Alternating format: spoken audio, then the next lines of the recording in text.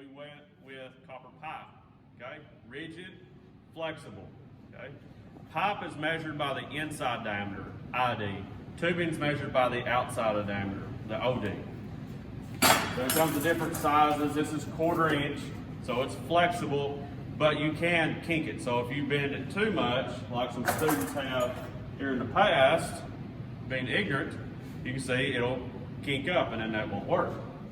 Okay, so we're going to start with this. This has a good smooth round finish on it already. If not, you have to cut it off. We're going to take the reamer and we're going to ream the inside with the tubing cutter. Now we're going to take our flaring tool. This is 1/4 inch, so we're going to line it up in the 1/4 inch hole.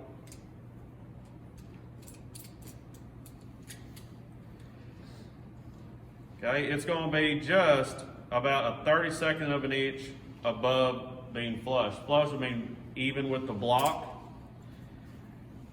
About a 32nd up. And we're going to tighten that down by hand. Now we get our flaring tool.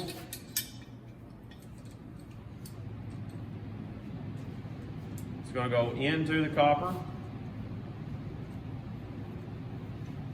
Okay, we're going to tighten it and we're going to go work it back and forth. So tighten it to the right and then loosen it. If you tighten it all the way down, it won't flare properly. It could grab by the friction there and it would split that soft copper. So do that about 5 times until you can't tighten it anymore. Take it off. And if this gets too tight, you can use a pair of slip joint pliers or arc joint pliers and loosen that. So you see that flare? So the end of the tubing is larger now, so that's a pretty good flare. The way this would work, you would put a flare nut on here that would slide back and forth, and it would slide up on this flare, and it would go into a flared fitting. You know, flare would be tapered, okay? It'd fit right up into that flare. You tighten the nut onto the fitting, and it would seal it off, and it would prevent any gas or water from leaking. So that's a flare. Okay, now let's cut this off. So we're going to cut off short as we can, that way we save our copper pipe. So be gentle with this. You can't tighten it down as hard as you do on pipe. And every rotation, I'm just twisting it just a little bit more.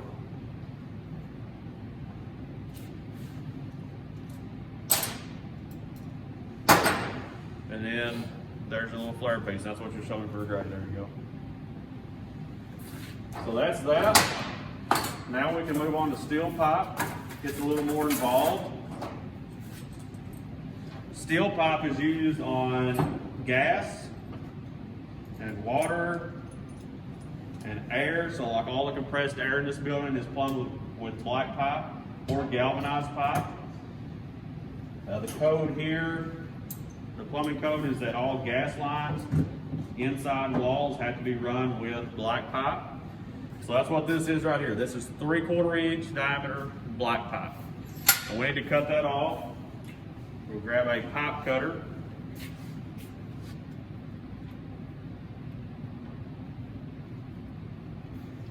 Okay, we'll tighten it.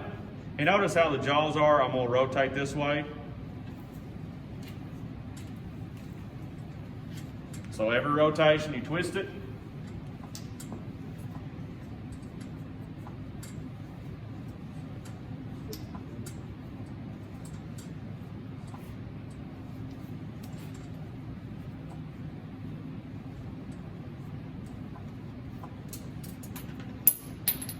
Okay, so that's cut off. I can put that up for now.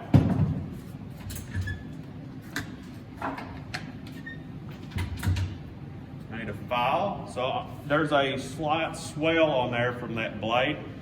So we're going to bevel that.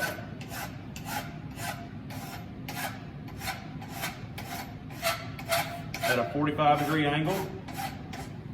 And we're only going to make about a 1/16 of an inch bevel, so not very much. If you slope it too much, your pipe threader will not work.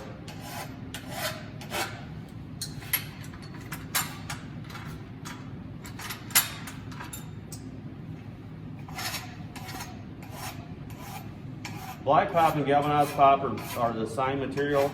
The galvanized pipe, it's only galvanized coated on the outside for the most part, and that's to eliminate rust.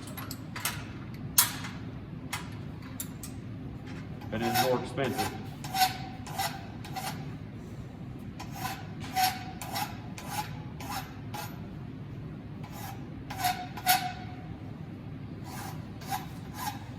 So I'm just feeling and making sure that bevel takes that dimple off from the outside.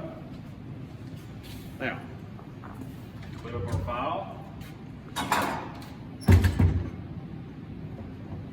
There's a lip on the inside of this pipe, and we have to get rid of that. So that's where the pipe wringer comes in.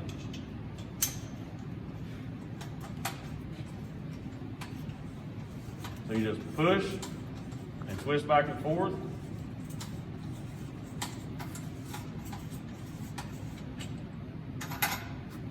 Takes that out. Now, we start with the pipe threader.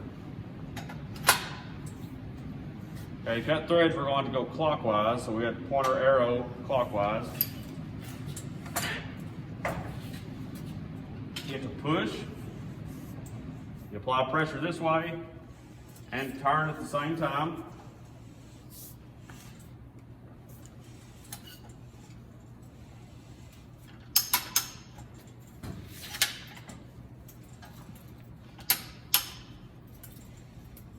Okay, once you get it started, then you can apply some lubricant. So this is cutting oil, not ketchup. A few drops will do.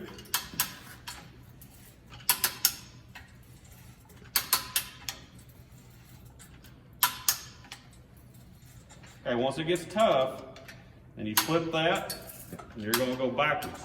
And that'll peel those cuttings off. If you don't do that, it'll get hung in the thread cutting die, and then it won't cut threads, it'll just cut a groove.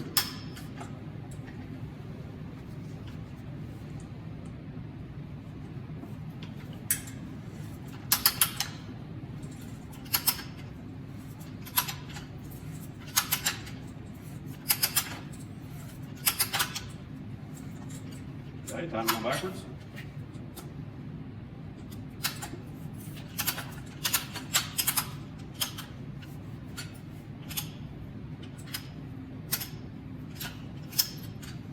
It's good to wear gloves while you're doing this, like those gloves I'll be ordering y'all. Because those burrs from that thread cutting are sharp.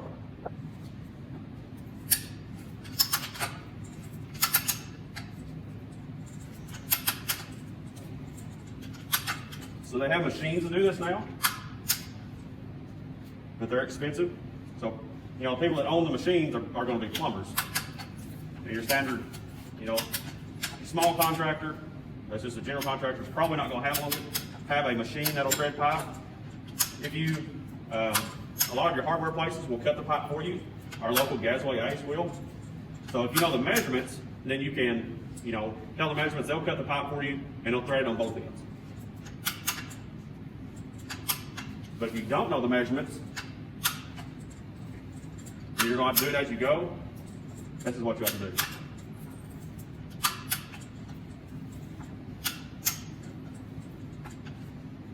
So if you don't have just a whole lot of strength, what you can do is get on the other side and use your weight to push down.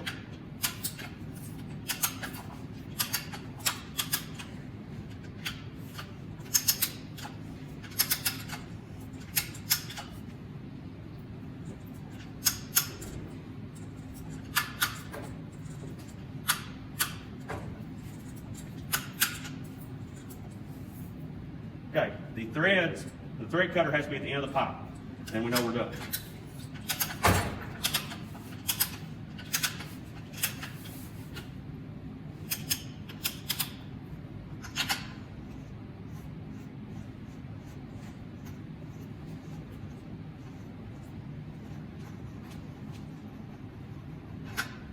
Okay. So the threads are cut.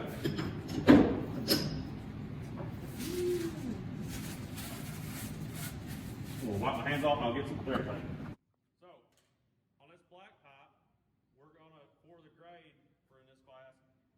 want you to actually put a fitting on there properly.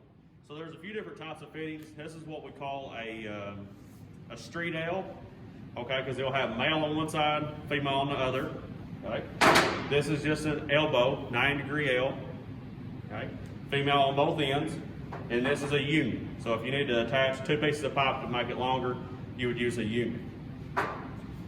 We're going to start with Teflon tape. So Teflon tape will seal off the threads, and it also acts as a lubricant. But you can put it on the wrong way. So if you put it on like this, it'll be correct. And the way I always know that is if I started right now, that tail piece would bunch up. But once I get done, it's going to be in the opposite direction. Okay? So let me wrap this. You just make several wraps to cover all the threads.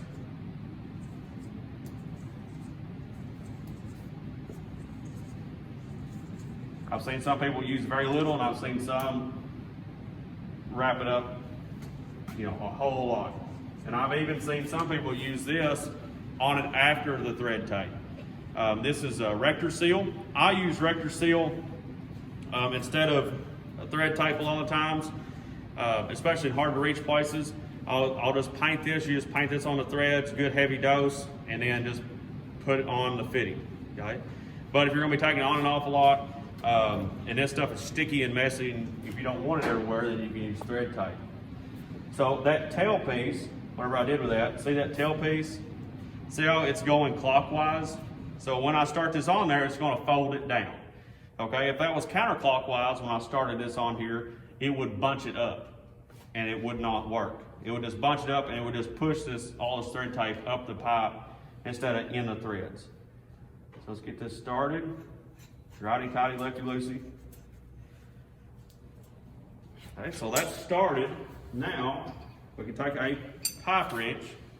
Okay, will it work like this? Okay, pipe wrenches only work in one direction. See how that works? The cantilever action, that jaw, only work in one direction. So if I turn around and try to go tighten, it doesn't work.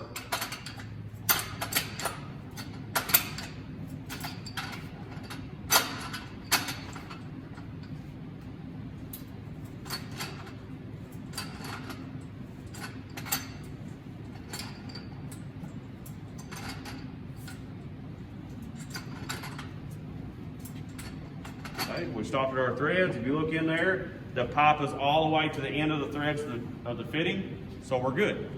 So that's how you probably do that, and you would show me that, and I'd give you a grade for this class. Now, if you want to take it off, you just reverse the handle of your pipe wrench. Have to tighten it just a little bit.